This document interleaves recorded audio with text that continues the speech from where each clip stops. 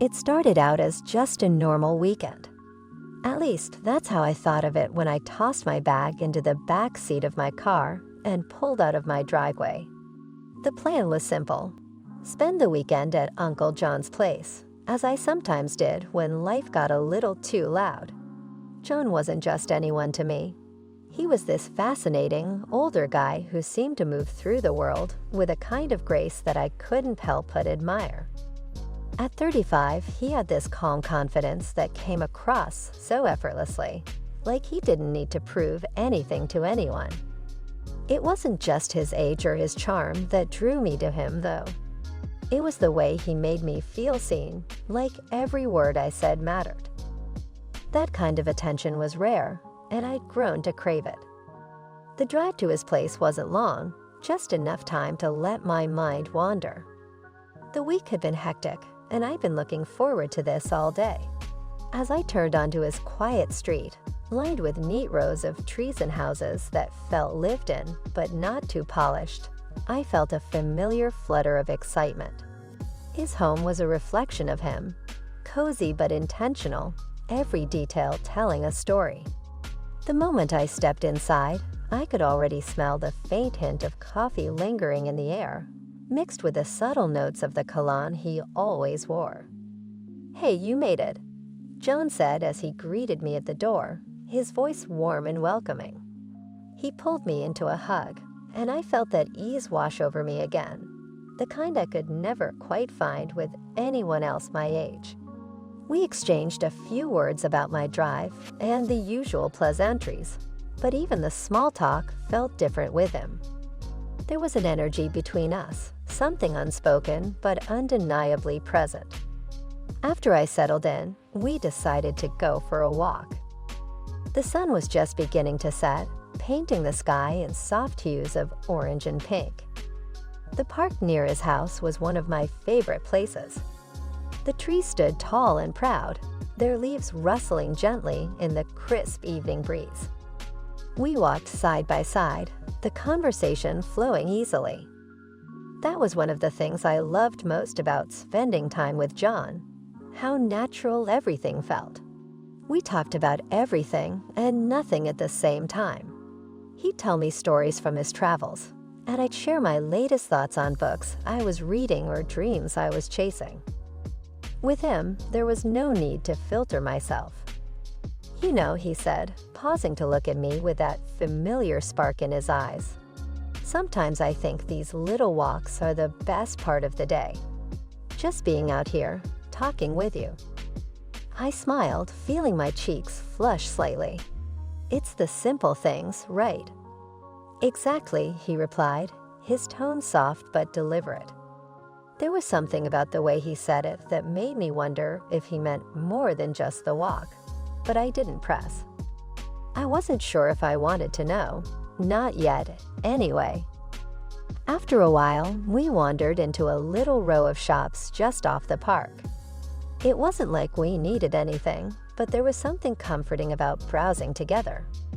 We ducked into a bookstore, and I watched as John's fingers skimmed over the spines of novels, pausing every so often to pull one out and inspect it. I picked up a book from a table near the entrance, pretending to read the back cover while stealing glances at him. He had this way of being completely in the moment, and it was mesmerizing. "Find anything good?" he asked, catching me off guard. Maybe," I said, holding up the book without really knowing what it was about. He chuckled, and the sound of it made my chest tighten in a way that was both thrilling and terrifying. By the time we got back to his place, the sky had turned a deep shade of blue, dotted with stars. We kicked off our shoes at the door, and he suggested watching a movie.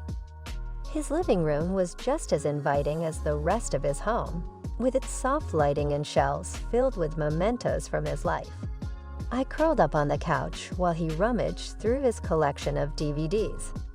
Yes, DVDs. It was one of those quirks about him that I secretly adored. "How about something classic?" he asked, holding up a case. I nodded, trusting his taste completely. As the movie started, I found myself less interested in the plot and more captivated by the feeling of being there with him. The weight of the week slipped away, replaced by the warmth of the moment. At some point, he leaned back into the couch, his arm resting on the back, close enough that I could feel the faintest brush of his sleeve against my shoulder. I didn't move. I didn't want to. Halfway through the movie, I realized I hadn't been paying attention to the screen at all. My thoughts were too wrapped up in him, in the way he carried himself, in the quiet moments we shared that felt more meaningful than anything loud or grand. It was a kind of perfection I hadn't known I was looking for until I found it. When the credits rolled, neither of us made a move to get up. The room was quiet except for the soft hum of the TV. I turned to him, ready to say something, anything, but he beat me to it. "Thanks for coming over," he said, his voice low but steady.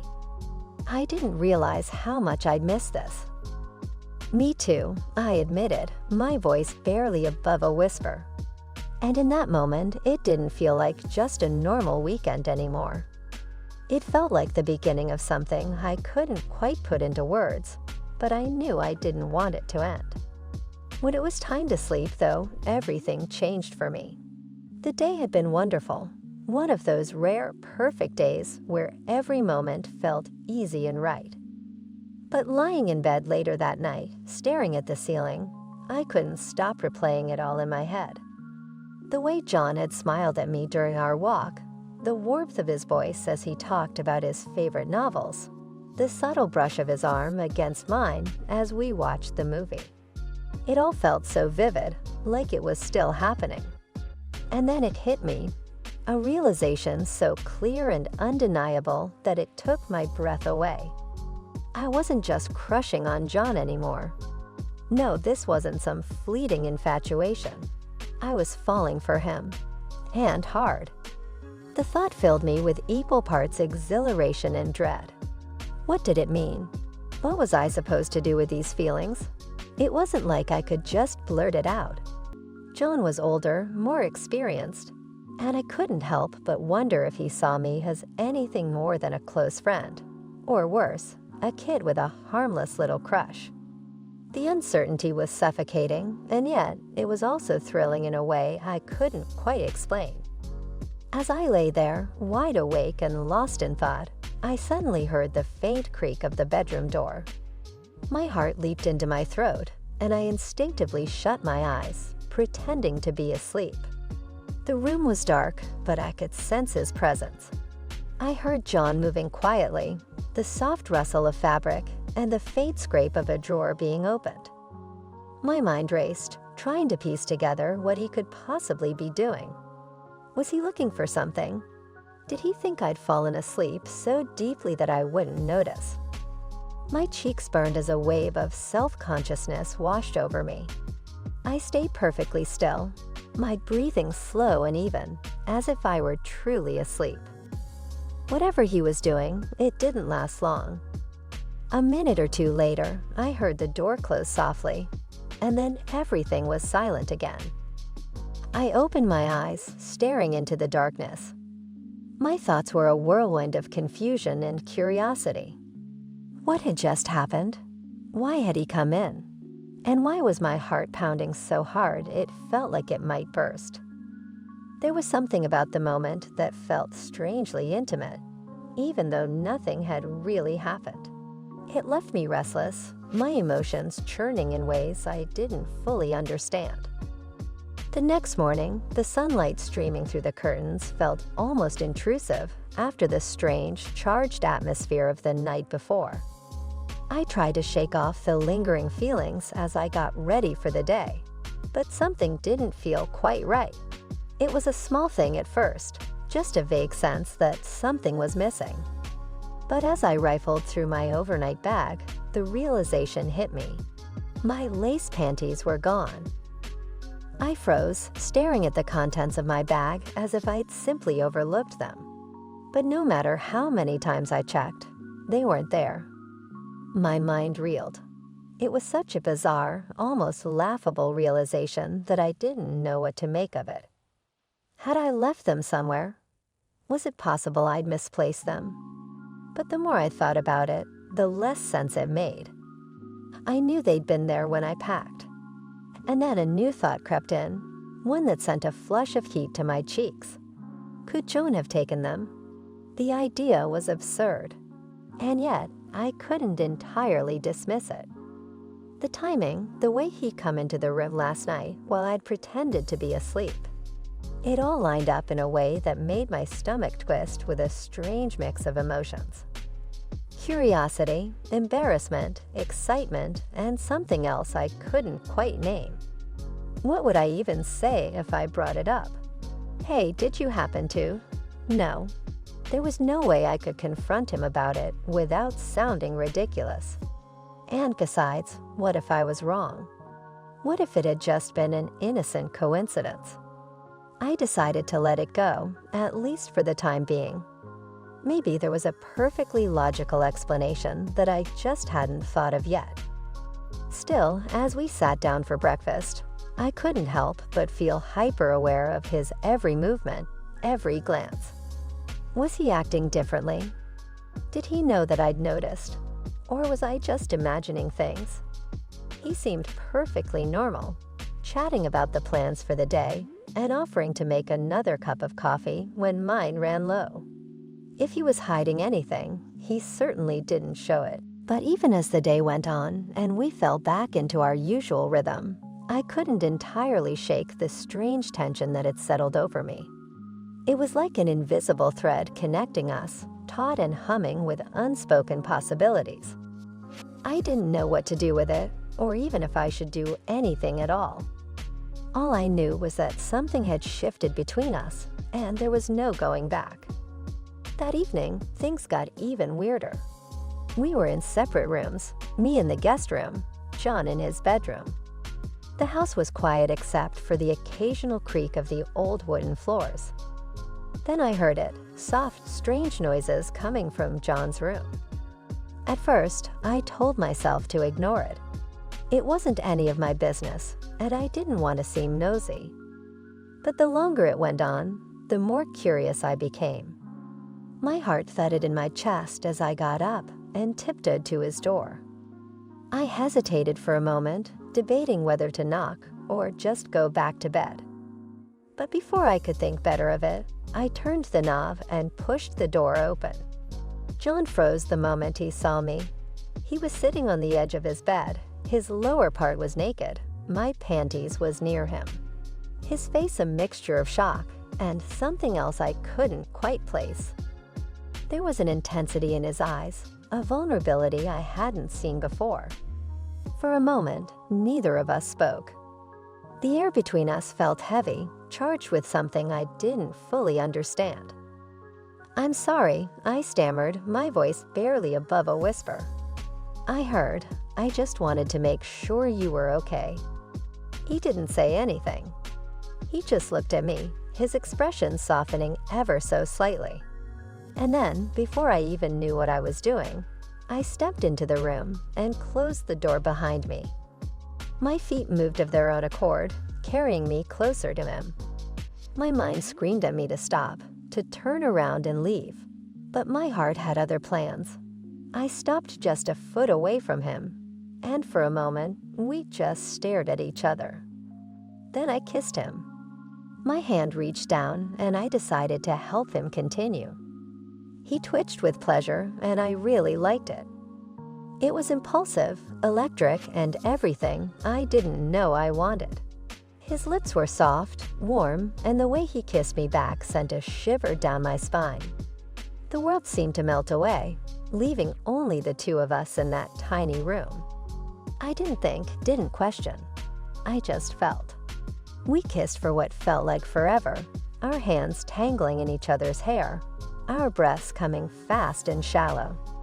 But then reality hit me like a cold splash of water. I pulled back, my chest heaving, and looked at him with wide eyes. "This is a mistake," I said, my voice shaky. Without waiting for a response, I turned and practically fled the room, my cheeks burning. I hurried back to the guest room, closing the door behind me and leaning against it as if to keep the moment at bay. My heart was pounding so hard I thought it might burst. What had I just done? What did it mean? And how was I supposed to face him now? 5 minutes passed, then 10. I tried to steady my breathing, to push the thoughts of his lips, his touch, out of my mind. But it was impossible. My body still hummed with the memory of him, and I felt like I was on the verge of coming undone. And then there was a knock at my door. I froze, my heart leaping into my throat. I didn't answer, unsure if I even could. But a moment later, the door opened anyway, and there he was. John. He stepped into the room, closing the door softly behind him. He didn't say anything. He didn't need to. The look in his eyes said it all. Before I could think, before I could tell him to leave or say anything to break the tension, he crossed the room in 2 strides and kissed me again. This time, I didn't resist. I couldn't. I melted into him, wrapping my arms around his neck as he pulled me close. There was no hesitation, no second guessing. Just us, lost in the moment in each other. His rhythm was amazing. I felt his warmth every second, and he was getting hotter. I was so satisfied that my head was spinning and my vision was getting dark. We kissed until my lips felt swollen, until my skin burned from his touch. We spent the whole night wrapped up in each other, kissing, holding on like we never wanted to let go. It was reckless, wild, and completely unlike me, but it felt right in a way nothing else ever had. For the first time in my life, I let go of all the doubts, all the fears, and just let myself feel. And it was everything. The next morning, I had to leave. As much as I didn't want to, I had a life to get back to. The warmth of John's arms lingered on my skin as I packed my things, and the goodbye felt heavier than I expected. He walked me to the door, his hand brushing against mine, and for a moment, I thought he might ask me to stay. But he didn't. Instead, he smiled softly, a look that said more than words ever could, and I stepped out into the cool morning air, feeling both exhilarated and hollow. Over the next few days, we texted constantly. Each message felt like a lifeline, a thread connecting us despite the distance. At first, the conversations were light, playful, but as the days went on, they grew deeper, more charged. Every time my phone buzzed, over the next few days, we texted constantly. Each message felt like a lifeline, a thread connecting us despite the distance. At first, the conversations were light, playful, but as the days went on, they grew deeper, more charged. Every time my phone buzzed, my heart leaped. The tension between us was undeniable, building with every word exchanged. I found myself replaying our night together in my mind, the memory of his touch, his kisses, making it hard to focus on anything else. Then out of nowhere, John told me to come outside because he had a surprise for me. My heart raced as I read the message, excitement and curiosity swirling in my chest. I threw on something tight and cute. It's John, after all, and practically ran out the door. When I stepped outside, he was there, leaning casually against his car, looking as effortlessly handsome as ever. He didn't say much, just smiled in that way that made my stomach flip. "Get in," he said, opening the passenger door for me. I didn't ask where we were going. I trusted him completely, and the thrill of the unknown made it all the more exciting. The drive was quiet but not uncomfortable. His hand rested on the gear shift, so close to mine that I could feel the heat radiating from his skin. Every now and then, he glanced over at me, his lips curving into a small, knowing smile. It was like he could read my thoughts, like he knew exactly what he was doing to me. When we pulled up to a sleek, modern hotel, my breath caught. The building shimmered in the evening light, its glass facade reflecting the fiery hues of the setting sun. John stepped out of the car and came around to open my door, offering his hand to help me out. His touch sent a jolt of electricity through me, and I felt my cheeks flush as I took it. Inside, the hotel was even more stunning. The lobby was all marble and gold accents, with a grand chandelier casting a warm glow over everything. But I barely noticed any of it. My attention was on John, on the way he walked with such confidence, his hand resting lightly on the small of my back as he guided me toward the elevator. The ride-up was silent, the tension between us almost unbearable. I could feel his eyes on me, could sense the restraint in the way he stood so close but didn't touch me. When we reached the room, he slid the key card into the lock and pushed the door open, revealing a space that took my breath away. The room was luxurious, with floor-to-ceiling windows offering a panoramic view of the city's skyline. Soft, ambient lighting bathed everything in a golden glow, and there was a bottle of champagne chilling on the table, 2 glasses waiting beside it. But none of that mattered. The only thing I saw was him.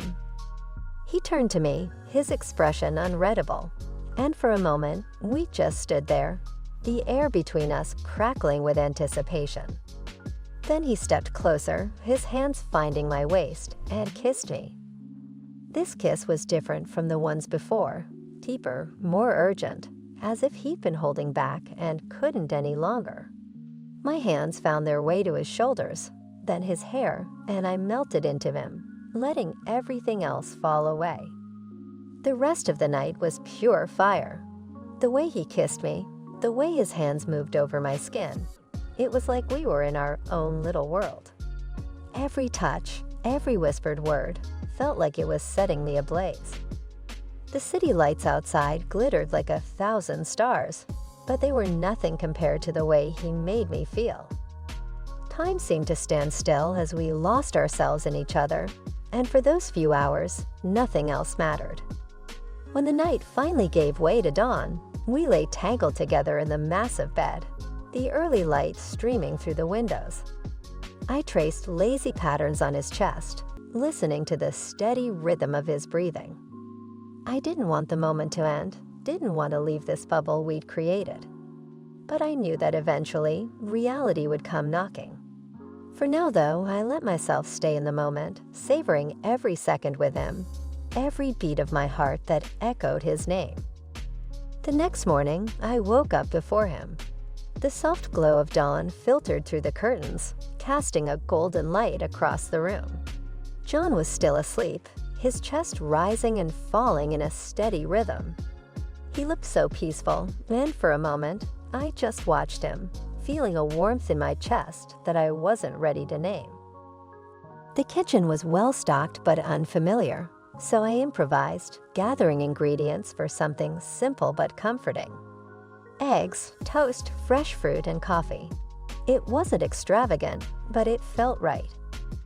As the aroma of sizzling butter filled the air, I found myself humming a tune, a habit I'd picked up whenever I was happy. By the time everything was ready, I couldn't wait to see his reaction. Carrying the tray back to the bedroom, I set it down on the nightstand and leaned over to gently nudge him awake. "John," I whispered, my voice soft but insistent. His eyes fluttered open, and he gave me this sleepy smile that melted me all over again. "Good morning," he murmured, his voice husky with sleep. His gaze shifted to the tray, and his smile widened. "Breakfast looks amazing," he said, pulling me close by the waist, "but the real main dish is you." I laughed, swatting playfully at his shoulder, but my heart was racing. His words, his touch, the way he looked at me, it all felt so natural, so effortless. We ate together, sitting cross-legged on the bed, sharing bites and stealing kisses between sips of coffee. The food was simple, but the moment was perfect. Every laugh, every shared glance felt like it was knitting us closer together, weaving a bond that was growing stronger with each passing second. After breakfast, we stayed in bed, wrapped up in each other. The hours slipped by unnoticed as we talked, laughed, and kissed. He told me stories about his childhood, about the places he'd been and the people he'd met, and I hung on every word. There was a depth to him that fascinated me, layers I wanted to uncover and understand. In turn, I shared bits of myself, things I hadn't planned on revealing but felt safe telling him.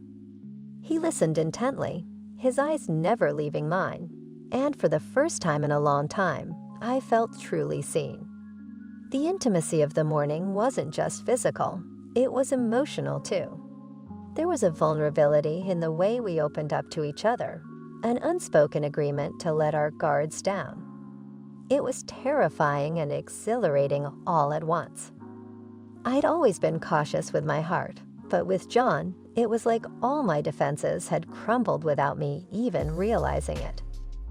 As the morning stretched into early afternoon, the sunlight streaming through the windows grew brighter, casting long, golden beams across the room.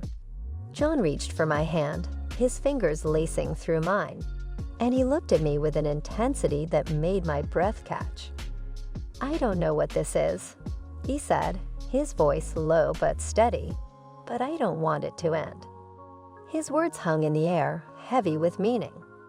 I nodded, unable to find the right words to respond, but he seemed to understand.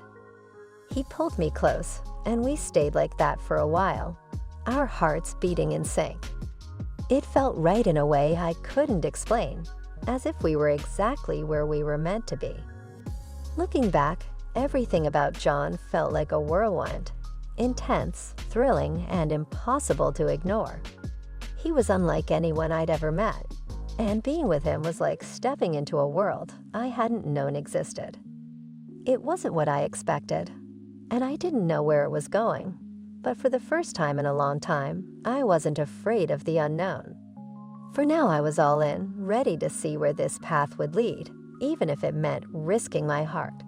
Because with John, it felt like a risk worth taking.